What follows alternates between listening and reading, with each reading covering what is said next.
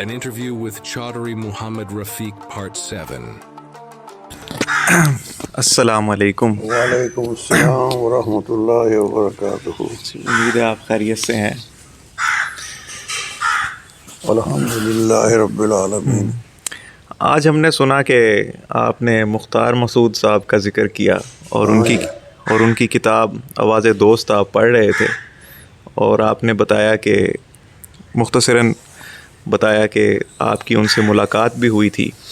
تو ہم چاہیں گے کہ آپ ان سے ملاقات کا احوال بھی ہمیں بتائیں، ان کی لٹریچر سے تعارف کس طرح ہوا، اور یہ بھی پھر بتائیں تفصیلاً کہ آپ کے کیا تاثرات ہیں. آواز دوست ہو یا لوح ایام ہو، ان کے فکر پہ آپ کیا تاثرات رکھتے ہیں؟ بیٹا بات یہ ہے کہ اللہ نے انسانوں کو پیدا کیا ہے، اس میں ہر طرح کے انسان ہیں، ذہین بھی ہیں، ڈفر بھی ہیں، ایمان والے بھی ہیں، پرلے درجے کے بے ایمان بھی ہیں، بہت انتہائی خوبصورت لوگ، صحت مند بھی ہیں، طاقت والے بھی ہیں، مال والے بھی ہیں، غریب بھی ہیں، قسم و پرس بھی ہیں، جن کے سلام کا جواب کوئی نہیں دیتا. مگر ان سب میں سے کچھ لوگ خاص اللہ کے منتخب ہیں، جیسے انبیاء علیہم السلام.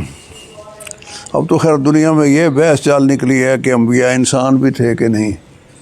لوگ ان کو سمجھتے ہیں کوئی ما فوق الفطرت مخلوق. ایسا نہیں ہے، انسان ہی اشرف المخلوقات ہے، بڑھیا مخلوق. اور انسانوں میں سے ہی اللہ نے ان اللہ اصطفیٰ، اللہ نے چنا ہے کچھ لوگوں کو کار نبوت کے لیے، پیغام خداوندی انسانوں تک پہنچانے کے لیے، خیر اور بھلائی کو عام کرنے کے لیے. انبیاء کا سلسلہ امام الانبیاء حضرت محمد صلی اللہ علیہ وسلم پر ختم کر دیا اللہ پاک نے. کار نبوت باقی ہے، سلسلہ نبوت حضور پر ختم ہو گیا. آپ کو اللہ نے خاتم النبیین قرار دیا. لا نبی آبادی، انا خاتم النبیین لا نبی آبادی. میں سارے نبیوں کے لیے مہر ہوں، خاتم ہوں، ٹھپا لگا دیا، بس ختم.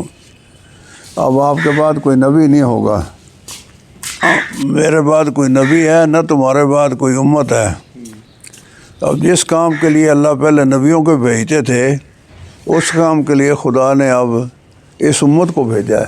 امت کا ہر فرد مبعوث ہے نبیوں والے کام کے لیے. یہ جو آپ نے فرمایا کہ منصب نبوت ختم ہو گیا اور کار نبوت جاری ہے، اس کا کیا مطلب ہے؟ کہ اس کا مطلب یہ ہے کہ نبی تو کوئی نہیں، لیکن نبیوں والا کام جاری رہے گا، ہدایت کی، اصلاح کی محنت جاری رہے گی. تو یہ مختار مسعود صاحب جن کا آپ نے تذکرہ کیا ہے، یہ بھی امت کے منتخب قسم کے، خاص قسم کے لوگوں میں سے تھے، خیر کو پھیلانے والے. بہرحال وقت آیا، وقت کے ساتھ ساتھ کئی جگہوں پر وہ رہے، مختلف محکموں میں، ملکوں میں بھی گئے. ایک زمانہ تھا غالباً 84 کا، جب ہم رشیا سے ہو کر آئے.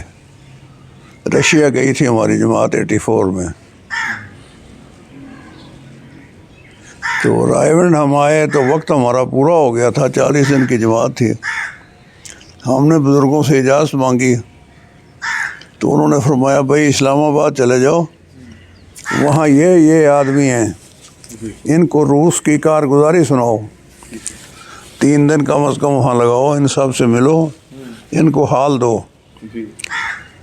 اور پھر ہمارے پاس آ کے ہمیں حال دو، اور پھر جانا گھر. تو وہ جو لسٹ تھی اس میں ایک راجہ ظفر الحق صاحب تھے. راجہ ظفر الحق یہ وزیر وغیرہ بھی رہے ہیں، ابھی زندہ ہیں میرا خیال ہے، بوڑھے ہو گئے ہیں شاید. جی نون لیگ میں جو.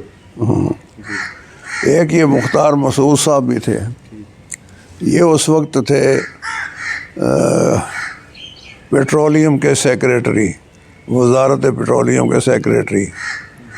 تو ان کو ہم ان کے دفتر میں جا کر ملے تھے. یہ وہ آدمی ہیں جن کے ذہن میں سوائے اعلاء کلمت اللہ کے اللہ کے اللہ کے کلمے کی سربلندی اور مخلوق پر رحم، مخلوق کی بھلائی، اس کے علاوہ یہ کچھ سوچتے نہیں. اپنا انہوں نے کبھی کچھ نہیں سوچا، بس انسانیت کا سوچا ہے، خیر خواہی. اب باتیں اتنی پرانی ہو گئی مجھے یاد بھی نہیں. آج پون گھنٹہ ہم ان کے آفس میں ان سے ملے تھے، چائے انہوں نے پلائی تھی، باتیں سنی تھی، باتیں کی تھیں. اور وہ علامہ اقبال کی طرح بڑے پر امید تھے آنے والے حالات کے متعلق. جیسے علامہ نے بہت عرصہ پہلے پاکستان آزاد ہونے سے پہلے کہا تھا، خدا کا شکر ہے ایشیا سے انگریز کا تسلط ختم ہو گیا. ورحمۃ اللہ وبرکاتہ. کیا حال ہے جی؟ حالانکہ اس وقت کوئی سوچ بھی نہیں سکتا تھا جب علامہ نے یہ کہا انگریز کا تسلط ایشیا سے ختم ہو گیا. اور پتہ نہیں کیا کیا باتیں کی. تو یہ اچھے آدمی تھے، بہت ہی اچھے آدمی تھے، اور اچھے آدمیوں کے ساتھ ہی ان کا اٹھنا بیٹھنا تھا. اور زمانہ طالب علمی سے یہ اسٹوڈنٹ لیڈر تھے، اچھے مقرر تھے، اچھی بات کر لیتے تھے، اور اچھائی پہنچانے کے لیے کوشش محنت میں لگے رہے. زندگیاں گزار گئے وہ لوگ. اصل میں اس امت کا بنیادی جو مسئلہ ہے وہ ہے یقینوں کا غلط ہو جانا. عمومی طور پر مسلمانوں کا بھی اور غیر مسلموں کا تو خیر ہے ہی بتوں پر یقین. یقین اللہ کے غیر پر، یعنی اللہ کے علاوہ جو اللہ کی مخلوق ہے اس پر آ گیا ہے. اس میں سے سر فہرست مال ہے کہ جتنا محنت کریں گے مال کمائیں گے، جتنا مال ہوگا اتنا آرام ملے گا، جتنا مال ہوگا اتنی عزت ملے گی، جتنا مال ہوگا اتنے ہم بڑے سمجھے جائیں گے. بس مال سے سب کچھ ہونے کا یقین. کہتے ہیں مال قاضی الحاجات ہے، روپیہ پیسہ. حالانکہ یہ بنیادی غلطی ہے. ہوگا وہی جو اللہ چاہے گا. نہ مال سے ہوگا، نہ مال والوں سے ہوگا، نہ ملک سے ہوگا، نہ ملک والوں سے ہوگا. اللہ کے کرنے کے، اللہ کے ارادے سے ہوگا. اللہ کسی کو عزت دینا چاہیں گے تو بغیر ملک و مال کے بھی دے دیں گے. نہیں دینا چاہیں گے تو ملک و مال کے ہوتے ہوئے خدا ان کو ذلیل کر دے گا. جیسے فرعون کو، شداد کو، حامان کو، نمرود کو، اور کتنے بڑے بڑے آئے مالوں والے، خدا نے ان کو ذلیل کیا. نہ دنیا میں ڈھوئی ملی، کامیابی ملی، نہ آخرت میں ملے گی. تو بھائی یہ بھی مسلمانوں کی صف اول کے آدمیوں میں سے ایک آدمی تھے، مختار مسعود صاحب. اور ان کی کتاب جو ہے پڑھنے سے تعلق رکھتی ہے. مجھے اس کتاب کے پڑھنے کا بڑا شوق تھا. میں نے منگوائی کہیں سے، تو مجھے کسی آدمی نے ان کی کتاب نہیں، ان کے متعلق لکھی ہوئی کتاب بھیج دی. اچھا. اس میں مجھے کوئی مزہ نہیں آیا. پڑھی ہے میرے پاس وہ بھی. تو پھر میں ایک دن آپ کے یہاں گیا، پتہ نہیں کب کی بات ہے، تو وہاں یہ پڑھی ہوئی نظر آئی تو میں اٹھا لایا. اس وقت میں نے یہ پڑھی. تو اس میں انہوں نے 2 مضمون لکھے ہیں. پہلا مضمون جو ہے وہ مینار پاکستان ہے. کہتے ہیں کہ ایک دور تھا کہ میں یہ بنیادیں بھری جا رہی تھی اور میں یہاں اس کو دیکھنے آیا تھا، تو مجھے چوکیداروں نے اندر نہیں جانا دیا تھا. ایک دن تھا کہ اس کا نام تجویز کرنے کی میٹنگ ہوئی، تو میں صدر مجلس تھا. وہ آخری منزل پر جا کر بیٹھ کر نام تجویز کر رہے تھے. بہت مینار میں نے دنیا کے دیکھے، انہوں نے لکھا ہے، لیکن یہ انوکھا ہی مینار ہے. تو پھر اس کا نام مینار پاکستان طے کیا گیا، جہاں دورے جلسے جلوس سارا نظام چلتا ہے. وہ مضمون تو مختصر ہے شروع میں. دوسرا مضمون ہے قحط الرجال، کہ آدمی نہیں ملتے. یہ اس نے اپنے زمانے میں لکھا ہے. اب تو اس بات کو بھی 50-60 سال ہو گئے. تو اب تو قحط الرجال اور بڑھ گیا. بندے شکلوں سے تو بندے ہیں، انسان ہیں. ہائے ہائے ہائے. وہ کہتا ہے پاکستان کیا بنا، دنیا ہی لوٹ گئی. لکھا ہے اس نے. صحیح ہے. ساری دنیا ہی بدل گئی، وہ بندے نہ رہے. ایک بندہ بہت سادہ تھا، بڑا اچھا، جس کا آٹوگراف لینے کا مجھے بڑا شوق تھا، اور میں کوشش کرتا رہا لیکن مجھے موقع نہ ملا. پاکستان بننے کے بعد میں نے کہا لو بھائی اب موقع ہے. تو ایک دن میں کئی لمبی محنت کے بعد ڈھونڈتا ڈھانڈتا ان کے گھر پہنچ گیا. تو ان کا گھر دیکھ کے ہی میں حیران تھا. یہ وہ بندہ ہے، گھر بدل چکا تھا. وہ کہاں ہیں جی؟ فیکٹری میں گئے ہوئے ہیں. آخر ایک دن وہ مل ہی گئے تو وہ اپنی باتیں سنانے لگ گئے، جی اتنے کارخانے ہو گئے، اتنی فیکٹریاں ہو گئیں، اتنا بینک بیلنس ہو گیا، اتنا کاروبار ہو گیا. تو میں سمجھ گیا میں غلط جگہ پر آیا ہوں. تو وہ میں نے نا جیب سے اپنی آٹوگراف بک نکالنے کے لیے ہاتھ ڈالا تھا، پھر وہ ہاتھ وہی رہ گیا، کتاب نہیں نکالی میں نے باہر سے. اور جب میں ان سے جدا ہوا تو وہ بھی میرا ہاتھ میری جیب میں ہی تھا، اور انہوں نے بھی اس کو معیوب نہیں سمجھا، کیونکہ وہ مصافحہ کرنا جو ہے یہ توہین سمجھتے تھے. یعنی اتنا بدل گیا وہ پاکستان بننے کے بعد. جو رذیل تھے وہ عزیز ہو گئے، جو عزیز تھے وہ ذلیل ہو گئے، اور جناب سوچیں بدل گئیں، پروگرام بدل گئے، اور پاکستان ایسے لوگوں کے ہاتھ آ گیا جنہوں نے اس کے لیے کچھ نہیں سوچا. اپنی ضرورتیں، اپنی حاجتیں، اپنی خواہشات، اپنے بچوں کی تعلیم، اپنا اسٹینڈرڈ آف لیونگ، یہی مقصود بن گیا لوگوں کا. یہ رونا اس نے رویا ہے، اور کہتے ہیں یہ کہہ تو رجال کا زمانہ ہے، اب آدمی نہیں ملتے.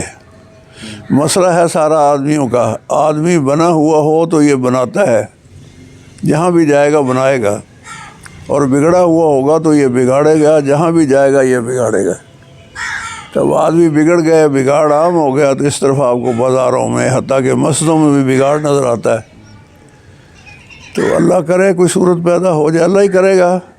لیکن یہ مختار مسعود صاحب رحمۃ اللہ علیہ، علامہ اقبال صاحب رحمۃ اللہ علیہ، اور کئی سارے لوگ ہیں جو اللہ کی ذات سے بڑے پر امید رہے کہ اللہ خیر کرے گا، اللہ کرے گا حالات پلٹیں گے، اللہ کرے پلٹ جائے، کوئی صورت بن جائے. اب یہ تو بندر بانٹ ہے. بندر بانٹ کا لطیفہ سنا ہے نا آپ نے؟ ہیں کہ 2 بلیوں کو روٹی کا ایک ٹکڑا ملا، تو بانٹنے پر وہ لڑنے لگیں. تو بندر آ گیا، اس نے کہا نہ بی بی لڑو نہ، لڑائی جھگڑا اچھا نہیں ہوتا، لاؤ میں بانٹ دیتا ہوں. تو اس نے ترازو لیا، بندر نے روٹی کے 2 ٹکڑے کیے، ایک بڑا ٹکڑا ایک چھوٹا ٹکڑا ترازو میں رکھا. بڑے ٹکڑے والا جو پلڑا تھا وہ بھاری ہوا، تو اس نے اس میں سے کوئی ذرا 2 لقمے 3 کاٹ لیے. وہ ہلکا ہو گیا، دوسرا بھاری ہو گیا، تو اس میں سے 2-3 کاٹ لیے. وہ جو پلڑا بھاری ہوتا نا اس میں سے کچھ کاٹ لیتا، کھا لیتا. اخیر پہ ایک ہی ٹکڑا بچ گیا. وہ بیچاری بھوکی تھی دونوں بلیاں. ان کا ماموں جان اب آپ تکلیف نہ کریں، یہ ٹکڑا رہ گیا ہے، ہم اس کو خود ہی بانٹ لیں گے. اس نے کہا بیٹا میں نے اپنی فیس نہیں لینی، کمیشن نہیں لینا، محنت آنا، میں نے بانٹا ہے ٹکڑا تو میری محنت لگی ہے، وقت لگا ہے، یہ میرا ہی حق بنتا ہے. وہ بھی کھا گیا.